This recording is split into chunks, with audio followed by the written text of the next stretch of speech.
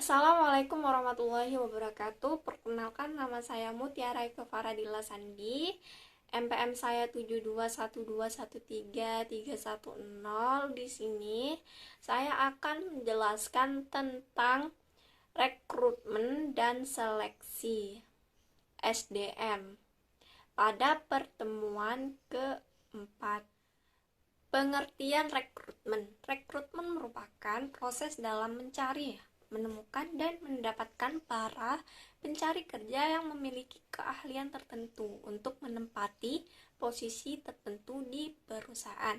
Menurut Robbins 2015, perekrutan merupakan proses dalam menemukan kandidat potensial untuk mengisi atau mengantisipasi posisi lowongan di organisasi. Berikutnya, prinsip rekrutmen adalah sebagai berikut, yaitu mutu karyawan yang akan direkrut harus sesuai dengan kebutuhan yang diperlukan untuk mendapatkan mutu yang sesuai.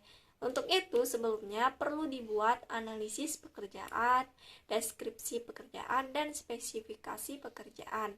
Jumlah karyawan yang diperlukan harus sesuai dengan job yang tersedia. Untuk mendapatkan hal tersebut, perlu dilakukan peramalan kebutuhan tenaga kerja dan analisis terhadap kebutuhan tenaga kerja. Biaya yang diperlukan diminimkan, perencanaan dan keputusan-keputusan strategis tentang perekrutan, flexibility, pertimbangan-pertimbangan hukum. Berikutnya, tujuan rekrutmen. Nah, tujuan rekrutmen yaitu menemukan pelamar-pelamar berkualitas yang akan tetap bersama organisasi dengan biaya yang paling minim. Nah, tujuan lainnya yaitu upaya rekrutmen hendaknya mempunyai efek domino, yakni dampak yang ditimbulkan menjadi positif dan membangun citra umum organisasi yang semakin membaik. Bahkan, pelamar yang gagal haruslah mempunyai kesan positif terhadap organisasi dan produk-produknya. Proses dan sumber-sumber rekrutmen. Nah, proses rekrutmen dimulai ketika para rekruter mengidentifikasi lowongan pekerjaan melalui perencanaan SDM dan permintaan dari berbagai departemen. Pada tahap perencanaan SDM, departemen SDM akan dapat mengidentifikasi jumlah dan kualifikasi yang dibutuhkan oleh setiap kepala departemen yang ada di perusahaan. Nah, proses identifikasi itu sangat penting karena dengan identifikasi yang akurat maka akan dapat diketahui metode yang tepat dalam memperoleh kandidat untuk memenuhi kebutuhan tersebut. Nah, terdapat dua sumber utama rekrutmen, yaitu dari sumber internal dan sumber eksternal. Sumber internal SDM yang diterima adalah pegawai yang berasal dari dalam atau perusahaan itu sendiri. Nah, kalau sumber eksternal itu merupakan sumber untuk mendapatkan pegawai dari luar organisasi yang memiliki bobot sesuai kualifikasi tertentu. Peranan rekrutmen. Perusahaan bisa mendapatkan tenaga kerja yang memiliki kualitas tinggi yang sesuai dengan standar perusahaan. Kemudian, peran penting rekrutmen lainnya yaitu dapat mengetahui sifat dan perilaku yang dimiliki oleh seorang pelamar. Nah, pengertian seleksi. Menurut Faisal DKK 2015, proses seleksi merupakan serangkaian tahapan khusus yang digunakan dalam memutuskan manakah kandidat yang akan diterima untuk bekerja. Proses seleksi pada umumnya meliputi evaluasi persyaratan, testing wawancara, dan tes kesehatan. Setiap perusahaan memiliki tahapan seleksi yang berbeda-beda.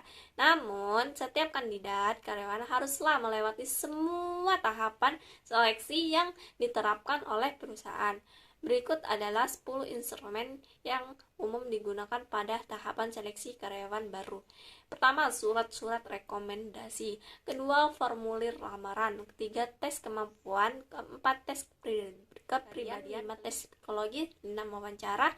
7, assessment center. 8, drugs test. 9, honestly test. 10, handwriting analysis. Sistem seleksi yang efektif menurut Budiantoro. 2019. Pada dasarnya memiliki 3 sasaran, yaitu pertama, keakuratan, artinya kemampuan dari proses seleksi untuk secara tepat dapat memprediksi kinerja pelamar. Kedua, keadilan, artinya memberikan jaminan bahwa setiap pelamar yang memenuhi persyaratan diberikan kesempatan yang sama dalam seleksi. Ketiga, keyakinan, artinya taraf orang-orang yang terlibat dalam proses seleksi yakin akan manfaat yang diperoleh olehnya. Berikutnya, faktor-faktor penting dalam seleksi nih. Apa ya? Jadi, faktor yang perlu dilakukan pengujian alat dan prosedur seleksi yang akan digunakan yaitu keterkaitan pekerjaan.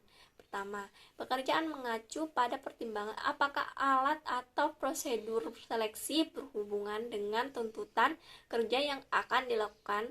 Jika pegawai tersebut diterima, apakah prosedur dan alat seleksi mempunyai validitas dan reliabilitas. Kedua, kegunaan.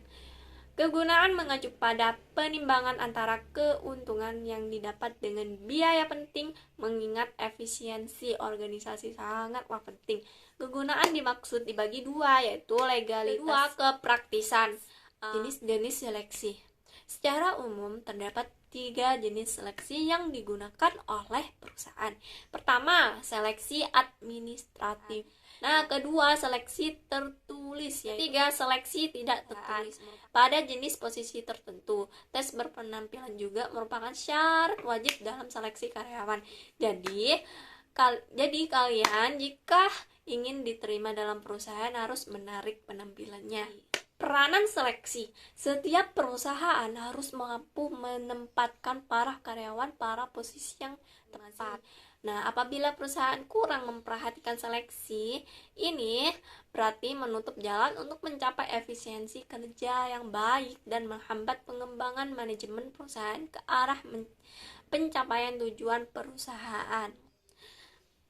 Baik, telah berakhir resume hari ini pada pertemuan keempat. Saya mohon maaf jika ada kesalahan kata atau ucapan. Saya akhiri. Sampai jumpa. Wassalamualaikum warahmatullahi wabarakatuh.